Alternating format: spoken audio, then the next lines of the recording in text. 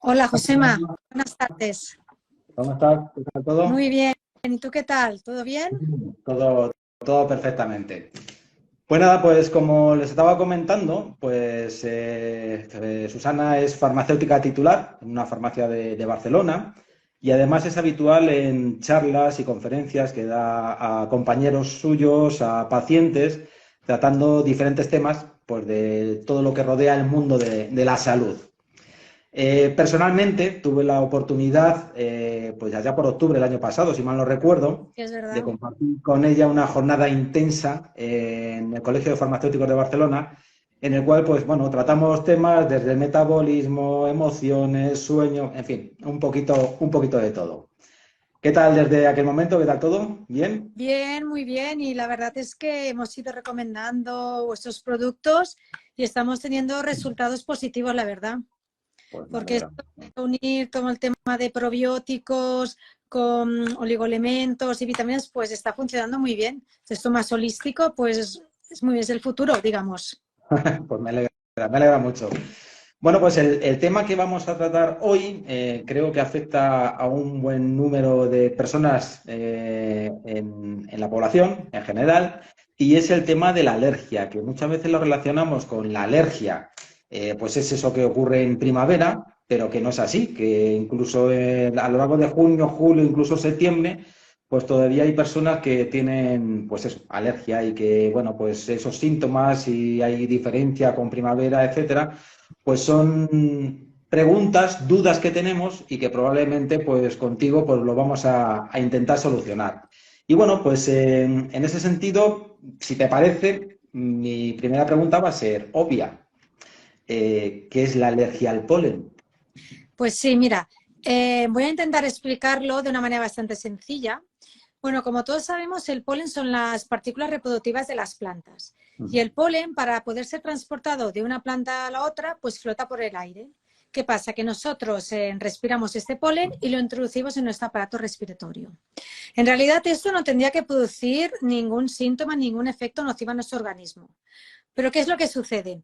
Que hay ciertas personas que tienen una predisposición que su sistema inmunológico responde de una manera exagerada a este agente externo y desencadena un sello de síntomas que son estos que nos aparecen cuando tenemos alergia.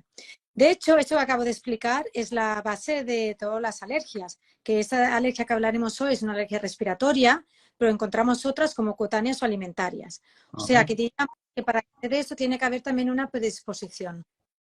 Ujú. Me hablas que es una especie de exageración, una respuesta exagerada del organismo. Sí. Entonces, en este caso concreto, ¿cuáles son los síntomas típicos que deben darnos a entender de que padecemos alergia? Pues mira, en primer lugar, estos síntomas normalmente van a aparecer cuando estamos en el exterior, cuando hemos estado en contacto con la naturaleza, que hemos ido al campo o contacto con alguna planta. Y los vamos a notar enseguida y van a ver estornudos, una mucosidad muy acuosa, un picor de nariz, un picor ocular y también un picor de paladar. Esos son los síntomas más característicos y que nos tienen que dar a pensar que estamos en un momento de alergia, sobre todo si hemos tenido en contacto con la naturaleza. Ajá. A ver, me hablas de picor, estornudos, etcétera. Son síntomas parecidos a otras patologías, por ejemplo, los resfriados. ¿Mm? ¿Cuál sería la diferencia o cómo podemos distinguirlos del resfriado? Pues mira, en primer lugar, como ya acabo de comentar, el momento en que aparecen. Si estos síntomas aparecen justo después de haber ido al campo, pues entonces podemos pensar que es alergia. En cambio, el catarro aparece a lo largo del día. También hemos de saber que el catarro sería producido por un virus, no sería lo mismo. ¿Qué más podemos ver? Pues, por ejemplo, que la mucosidad va a ser diferente. En caso de alergia va a ser una mucosidad muy líquida y en el catarro esa mucosidad va a ser más espesa e incluso puede llegar a ser amarillenta. Ajá. Un catarro también va a dar otro tipo de sintomatología, como por ejemplo un malestar general, una fiebre. Después en el catarro es verdad que a veces podemos encontrar lagrimeo, pero en el caso de la alergia, este lagrimeo es mucho más intenso, con mucho picor y muy molesto. Y lo que nos va a diferenciar sobre todo alergia a catarro es que el picor de paladar solo nos va a aparecer en la alergia. Ajá. Vale, perfecto. Vale, nos planteamos que ya tenemos esos síntomas, que seguramente tenemos esa alergia al polen, ¿cómo los aliviamos? Bueno, lo más importante sería no tener contacto con el alergeno, pero la realidad es que no vamos a estar 2 o 3 meses sin salir de casa, porque esto no es posible, ni es viable, ni es salud. Entonces tenemos un sello de herramientas que pueden ser sintéticas o de medicina natural que nos pueden ayudar mucho a mejorar esta sintomatología, que si quieres más adelante las analizamos un poquitín más y te las cuento más específicamente. Perfecto, genial. Se me ocurre otra pregunta. ¿Cuánto duran los síntomas? Ya tenemos los síntomas, sabemos que es alergia en primavera, etcétera, pero realmente ¿cuánto dura? Pues mira, los síntomas van a durar en función de la polinización de la planta y también del contacto que hemos estado y también del clima que haya. Y va a depender de cada región. Pero más o menos van a durar unos 2 o 3 meses y sobre todo en primavera porque es que la mayoría de plantas polinizan en esa época. Pero eso no quiere decir que todas las plantas polinicen en primavera. Eso lo hemos de tener en cuenta. O sea, tenemos un criterio básico que sería que primavera es la época de mayor polinización, que sería mayoritaria, pero no, eso no es, se puede extender al resto del año, sino que puede haber posibilidades que en otra época del año haya este proceso, ¿no? Perfecto, muy bien. Y evidentemente, por lo que me has planteado en la primera pregunta, es decir, que hay personas más propensas a otras, pues esa es mi pregunta, es decir, ¿realmente hay personas más propensas que otras? Yo, por ejemplo, personalmente, yo, gracias a Dios, no tengo alergia, pero sí que conozco personas cercanas que sí, efectivamente, se ponen muy mal, malísimas, con unos síntomas muy agudos en esta época. ¿Hay personas más propensas que otras a padecer alergia al polen? Sí, efectivamente, hay una predisposición a la alergia y es una predisposición genética. Es decir, si nuestro padre o nuestra madre ha tenido o tiene alergia al polen, lo más seguro es que los hijos y entre hermanos pues haya algún caso. Hemos de tener claro que para ser alérgico ha de haber una predisposición genética y una exposición al alergeno. Entonces, estas personas, su sistema inmunológico va a ser más hipersensible a agentes externos que en principio son inocuos, que para ellos no van a ser. Ajá, vale. Estamos hablando de la alergia a la primavera, ¿vale? Y si dura lo que dura la primavera, volvemos al planteamiento de este tema. ¿Por qué entonces seguimos con alergia una vez terminada la primavera? Pues mira, por lo que he comentado antes, el tema de la polinización. Hay plantas que polinizan antes, en enero, y otras que polinizan más tardíamente, que sería, por ejemplo, en junio.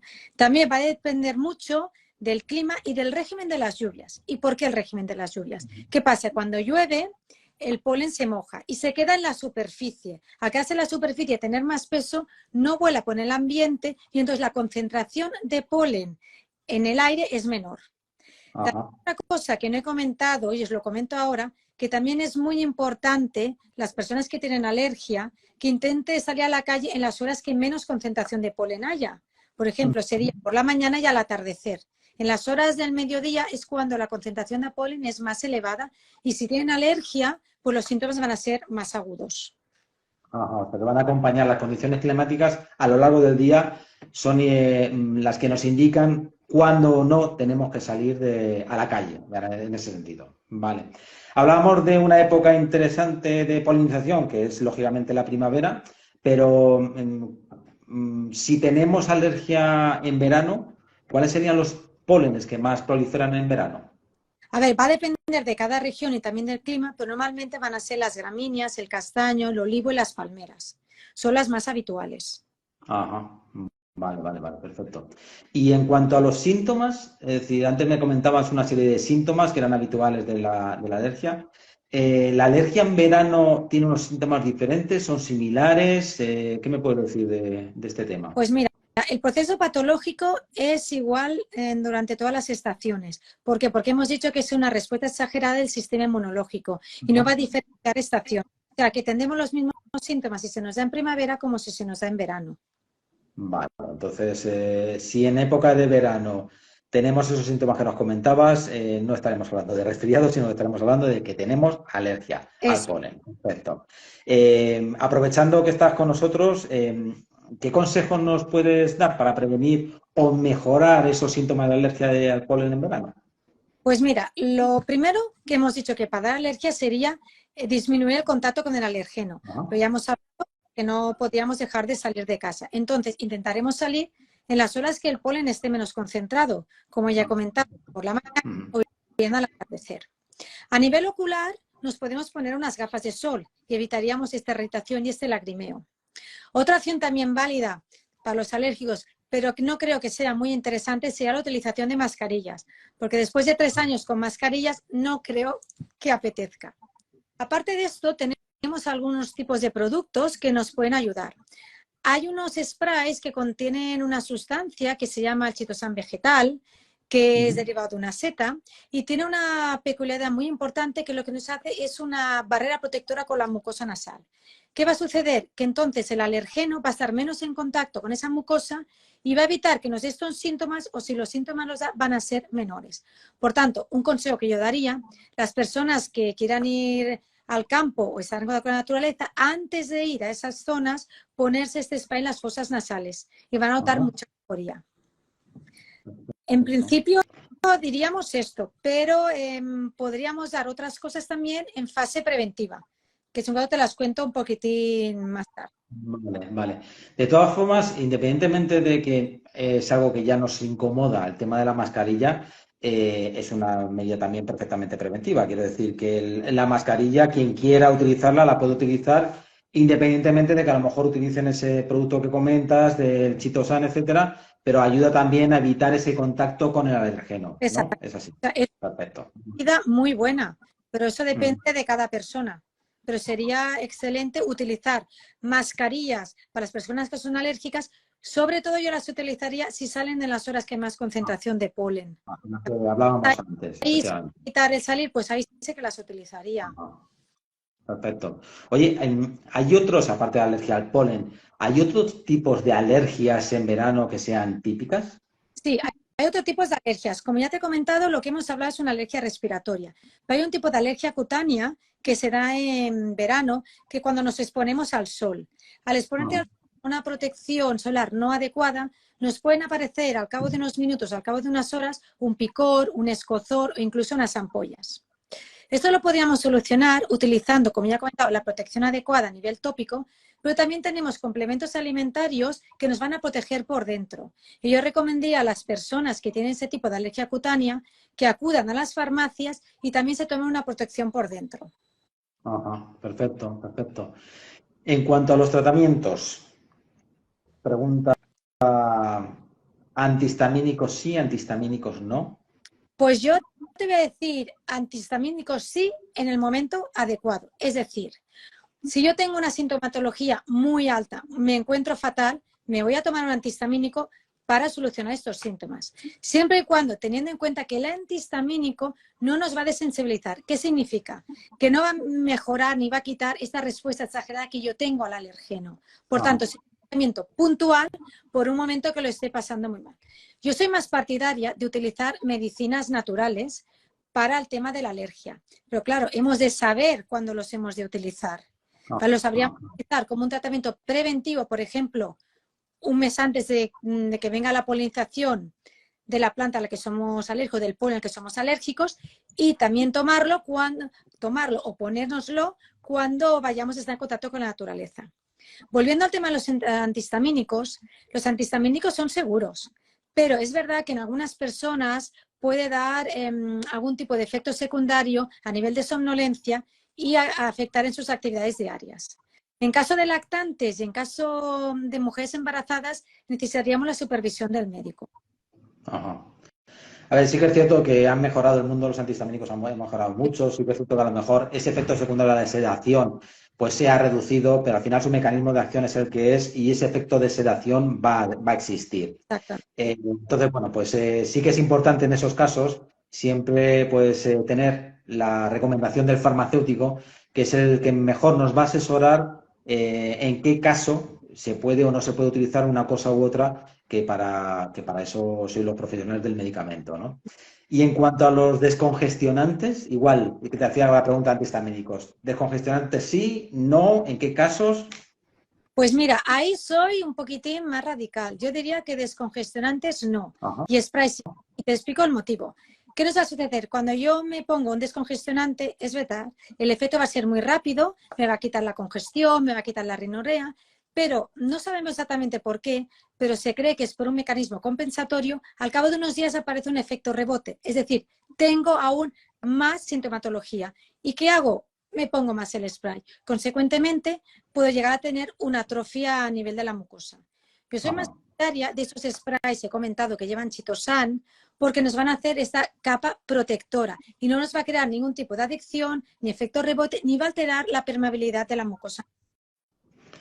Has hecho una comparación y una diferencia muy interesante, que es el tema del descongestivo como tal, que es el típico vasoconstrictor También. que se utilizaba habitualmente, que es el que puede provocar ese efecto rebote y esa adicción que me comentabas, diferenciándolo de lo que es sprays ahora de origen pues, natural, que evidentemente está comprobado que no va a tener ese efecto rebote y que se puede utilizar de manera continuada sin ningún problema. En ese sentido, los últimos estudios, hay muchos estudios ahora, habitualmente en la última época, en los cuales se relaciona la posible intervención o un factor como la microbiota como algo a tener en cuenta y que sea responsable o que intervenga en la posibilidad de producir alergias. ¿Qué nos puedes contar sobre la relación entre la microbiota y la alergia?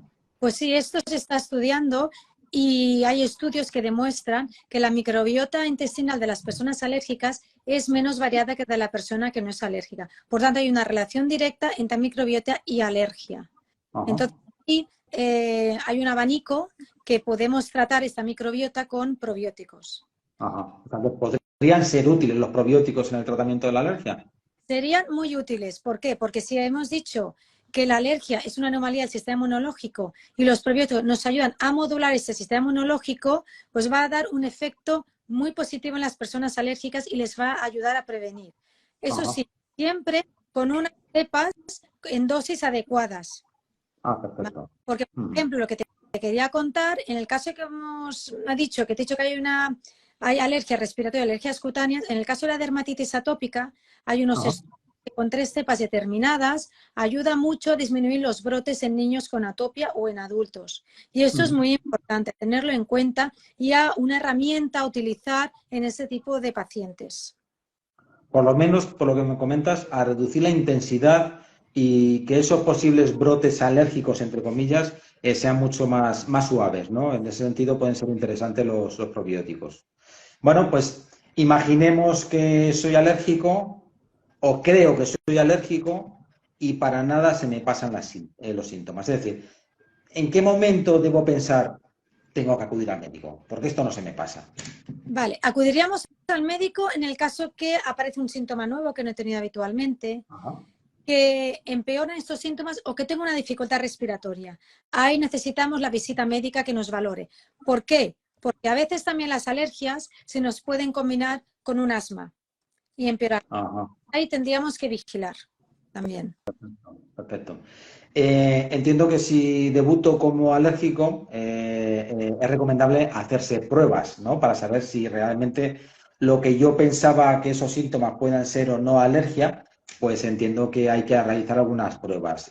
¿Cuáles serían las pruebas más típicas que se suelen hacer para detectar si un paciente es o no es alérgico? Pues mira, las pruebas más típicas son las cutáneas. Esto Ajá. consiste en el antebrazo hacer unas pequeñas incisiones y colocar una cantidad determinada del polen al que se cree que es alérgico.